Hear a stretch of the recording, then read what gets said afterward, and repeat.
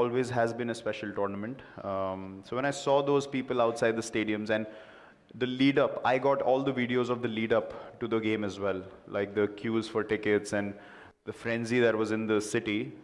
I was buzzing. I was like, I just want to get to Bangalore. And when we landed as well, when they saw me at the airport, I could just see happiness in their eyes to see me back playing for RCB in Bangalore. So yeah, it was more like a fairy tale comeback for us. You know, played the perfect game also.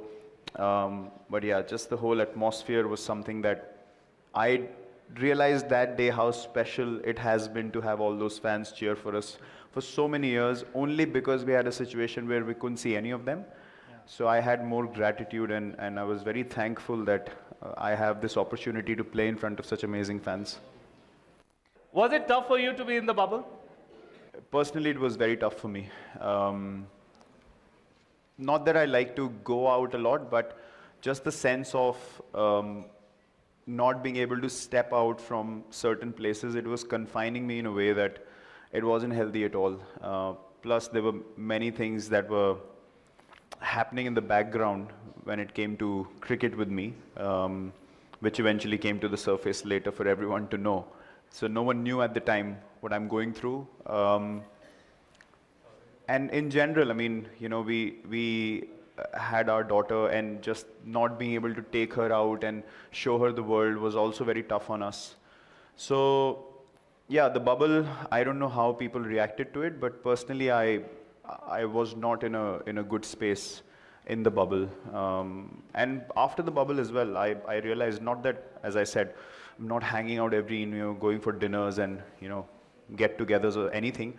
Just the fact that you can go to the lobby area of a hotel and just have a cup of coffee in normalcy, or just sit by the pool and you see random people around you, not, you know, confined spaces, and it was just like, yeah, you're part of everything. Just that bit was so important, and I realized that later. Yeah, the bubble was very difficult. We're doing this campaign, Let There Be Sport, and I know that you spoke about it in the conclave we did at Taj West End the other day.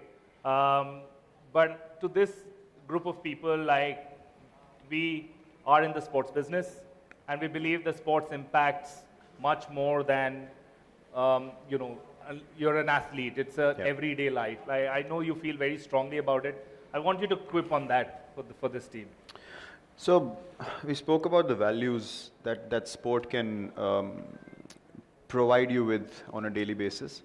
If I hadn't gone on to become a professional sports person as well, I would still continue to play sport as regularly as possible, because of all the things that I've kind of experienced in my life, nothing has taught me more than sport. And why I say that is because there's a chance to fail and succeed in every moment, and that's a very rare thing to have. That's where your composure is tested the most, and your character is tested the most, and then once you overcome those fears and those doubts, you become a better version of yourself. So this is the discussion we had the other day, that if for all of us as people, we work towards certain goals, but there's a degree of success and failure attached to it. If you talk about exams as well, there's certain kind of, you know, nervousness we feel when the results are about to arrive. You don't feel that sense of nervousness when you're actually giving the exam. Yes, you might or might not know what you're doing, but there's still a space where for a few days you're like, okay, whatever happened, happened, and then I'm going to get the result later.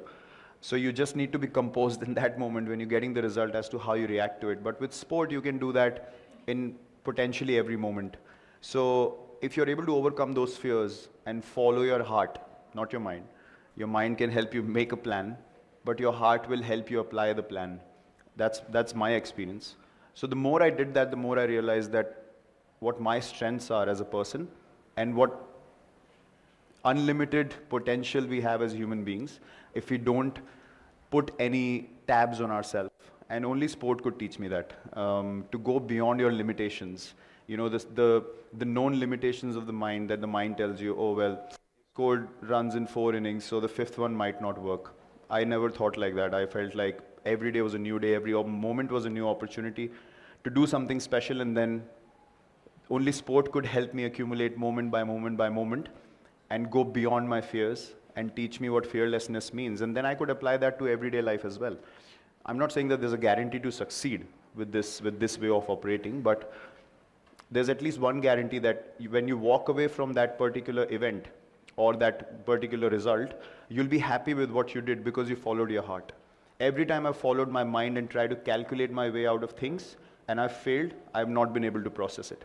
Every time I've followed my heart and I've failed, I knew that I did what I wanted to do, and then I could accept the situation the way it was. So it taught me things about processing success and failure more than anything else could in life, and that made me a more assured person that not everything's going to go well all the time, but that doesn't mean that you stop moving forward. You have to keep taking those steps to be in the moment, and I think sport can teach you that for every walk of life, whether it's studies, business, anything that you do. It helps you create that fearless mindset. In the meantime, we have Anushka joining us.